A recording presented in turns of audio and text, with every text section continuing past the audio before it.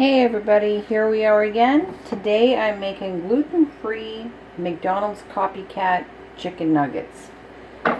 So I bought ground chicken because guess what? If you put it in the food processor, it comes out just like this because it's chicken. It's not ground beef, so it doesn't have really any stability, and it comes out like chicken. Now the recipe says to use white chicken breast chicken.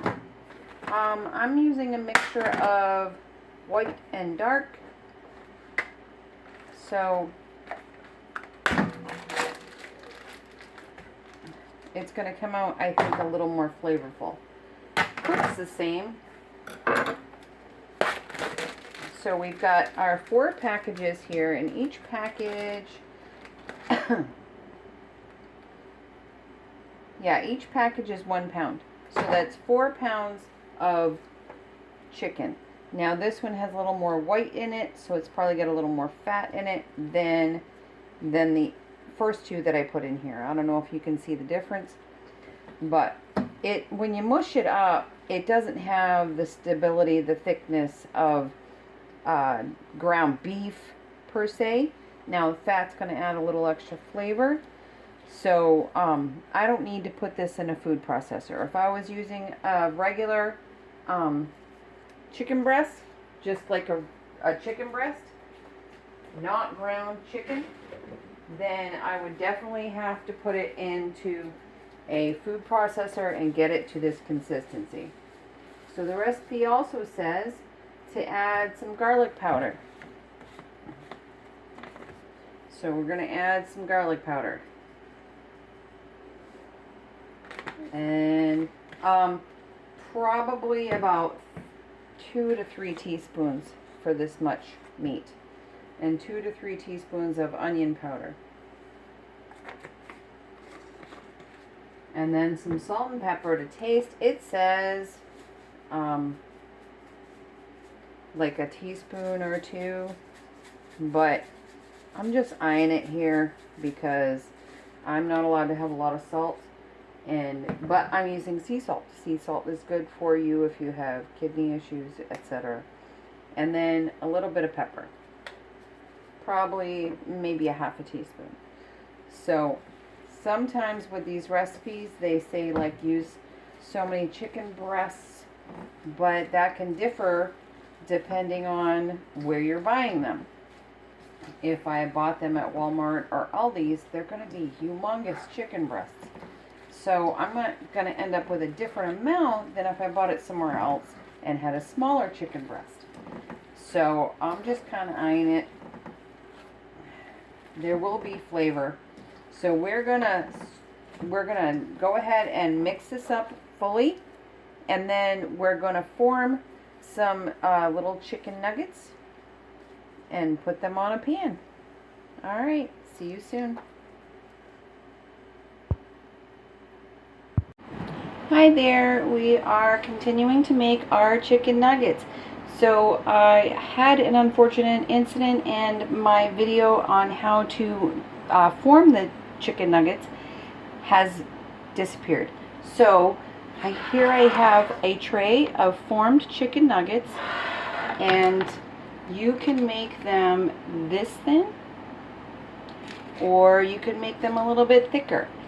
The reason for the thinness is the chicken will swell a little bit while it cooks, and it'll get thicker as it cooks. So some of mine are this thin and some of mine are this thick or thin. In order to see which ones are the best, I'm sure the kids will love them being even thicker. So the recipe says to dust them in cornstarch after forming. I was finding that a little difficult because the chicken was a little sticky. So what I ended up doing was taking out my gloves, dusting them with the cornstarch, and then forming them. So the outside is still coated in cornstarch. It's just I didn't have it sticking all over my gloves, and I found that to work out perfectly. After every 2 I did have to dust my gloves again, but it was really a lot easier than trying to form the chicken nugget and then dip it in the cornstarch. So then I made my batter.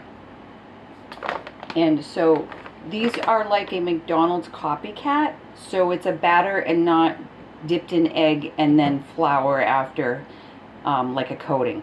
So what I used is my gluten-free measure-to-measure flour, or measure-for-measure flour. And this is supposed to be able to be used just like regular flour. So if my recipe calls for 1 cup of regular flour, I'm supposed to be able to use 1 cup of gluten-free flour for this kind.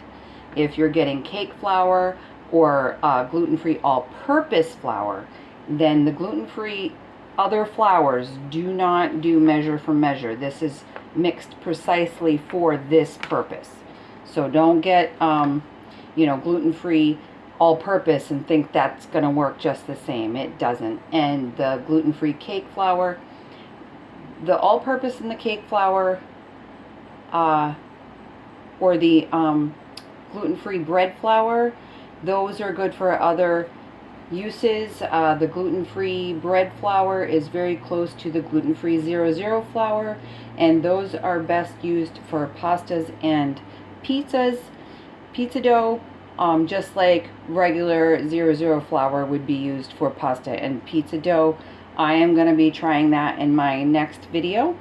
So we'll move on from that right now, and we'll continue with our chicken nuggets.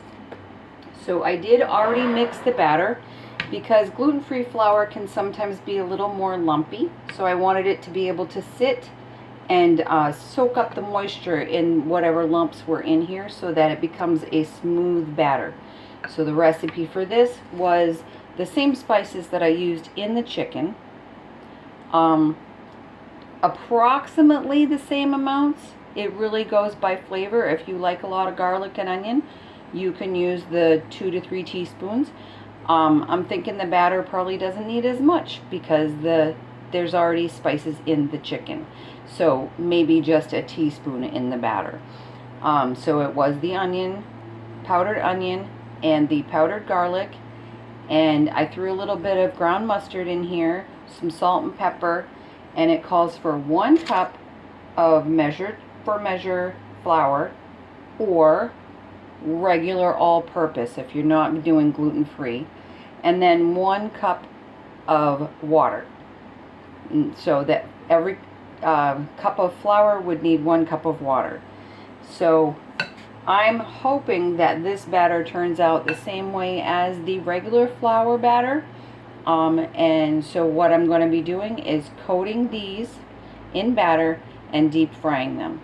So let me get started on heating up that oil. I'm using peanut oil, and I'm doing it in a 12-inch skillet so that you can see it better, see the process. Usually what I use is an iron Dutch oven, and but I think this will hold more, and I think you'll be able to see it better.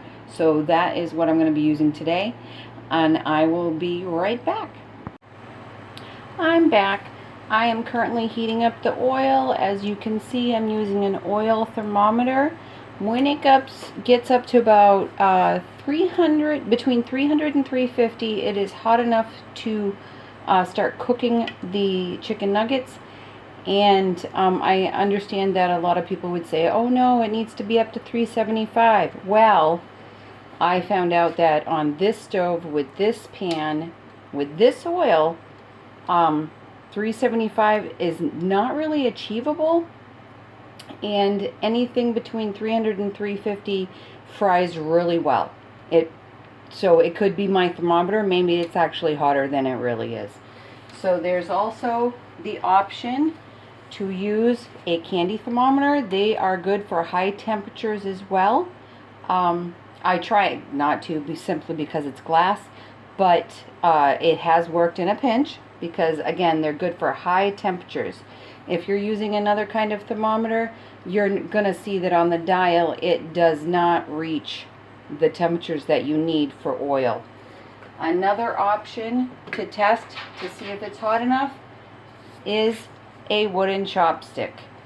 If you stick that in and it starts to bubble, then you can be sure that you're really close to the temperature you need, and you can try a piece and do a test piece and see if it fries the way you want. If not, wait a little bit longer. This one says here it's only just above 150. So we're gonna wait a few more minutes, and when we're ready, I will show you how to fry them. Thank you.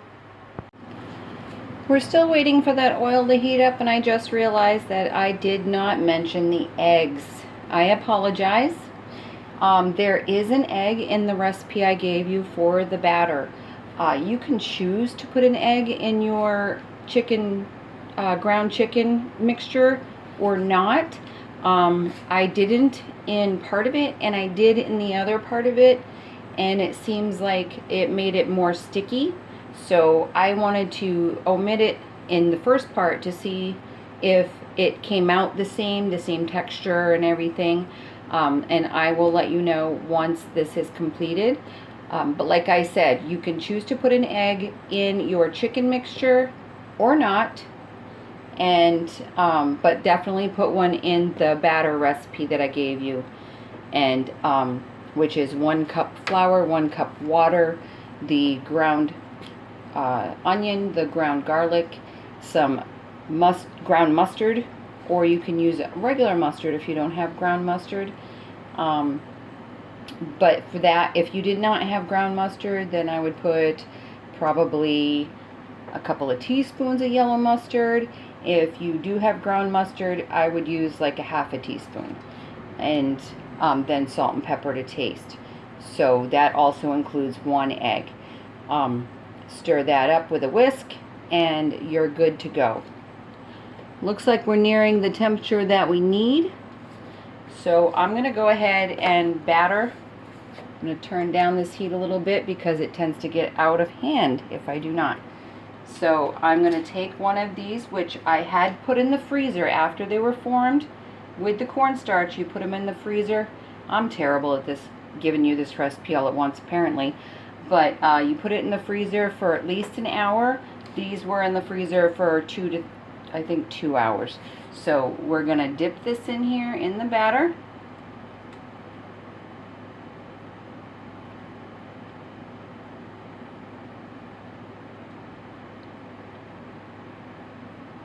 Try to get the excess off and put it in there.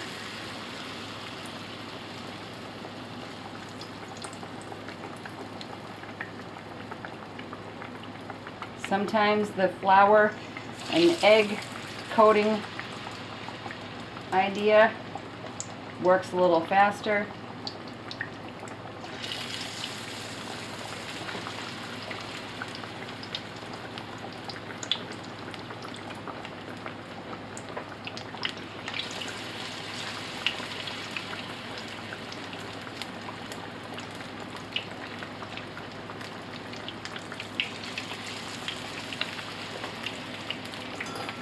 So then you see that these ones are browning up. Doesn't take that long, it takes a few minutes. You just flip them over. If your oil's not deep enough, they do float, so you might have to flip them over anyway.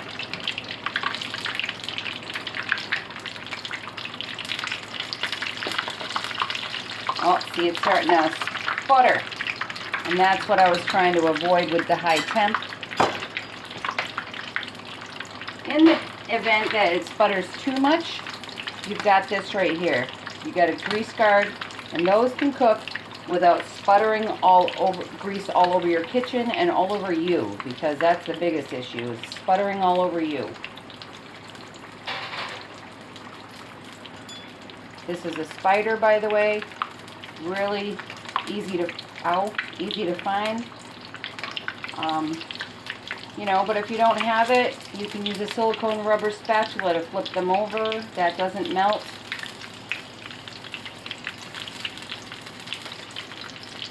Or you could use a fork, but how close do you want your hands to that oil, right? Yeah, it's up to 350 now, and it's spattering all over me. Oh, didn't mean to knock that over.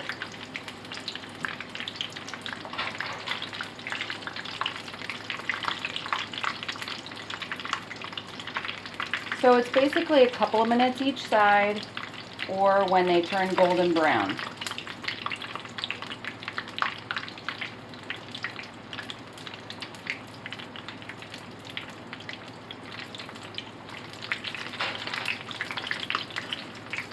Let me try to flip them again. Looking good.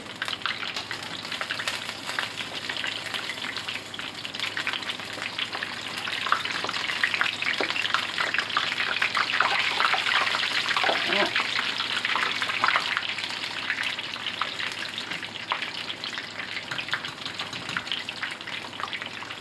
This is where I say I might have to turn it down a little bit more. Like I said, it's coasting around 350, but you might have to turn it down a little bit more.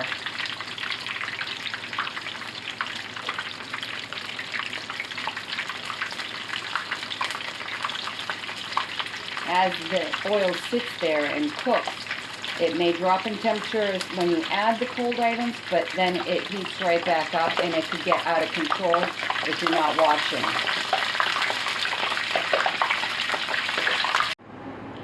Okay, we got the first few done. We put them on a cookie sheet with a baking cooling rack on it, so any excess grease can drip down to the bottom and keep them from getting soggy. So now we're just going to shake a little bit of salt on them, let them cool off, and we'll try one. They smell good. They smell like chicken nuggets. So I can't wait to show you. Okay, so let's, these are cooled off now, so let's give them a try. They seem pretty crunchy. I don't think normally batters are as crunchy as you know, dipping it in egg and milk and all of that. But unless you have a good high temperature and you can fry it for maybe a little bit longer than you think, and then you can attempt to crunch. So this is what it looks like on the inside. It's about as thick as a regular chicken nugget you can get at McDonald's or at the frozen section in the grocery store. So I heard a crunch when I cut it. Let's see how it tastes.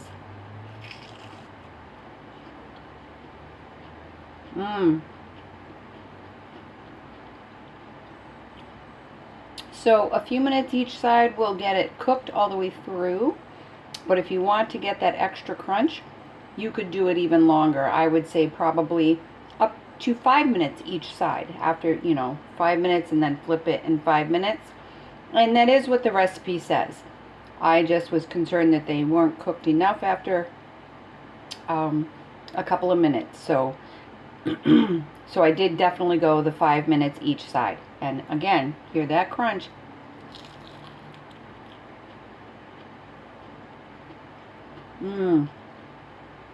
Definitely a good copy for McDonald's French fries. I guess it's all in the batter. If anybody needs a recap of the recipe, if anyone needs a recap of the recipe, please let me know. I will put it in the comments. And again, I really enjoyed making this with you, and I hope you have a great day. Thank you.